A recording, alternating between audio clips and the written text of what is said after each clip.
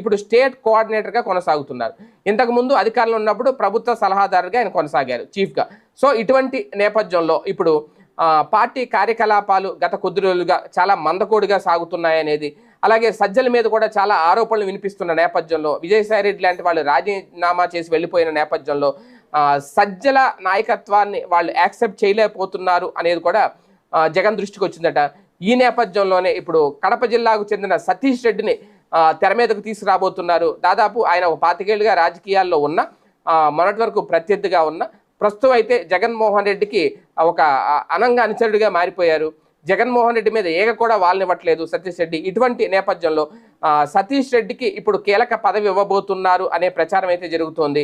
అతి త్వరలోనే మొత్తం వైసీపీకి సంబంధించి ప్రథమ శ్రేణిలో ఉన్న కీలక నాయకుల్ని, ద్వితీయ శ్రేణిలో ఉన్న కీలక నాయకులను కూడా మార్చే ఆలోచన జగన్మోహన్ రెడ్డి చేస్తున్నారట. పార్టీ భవిష్యత్తు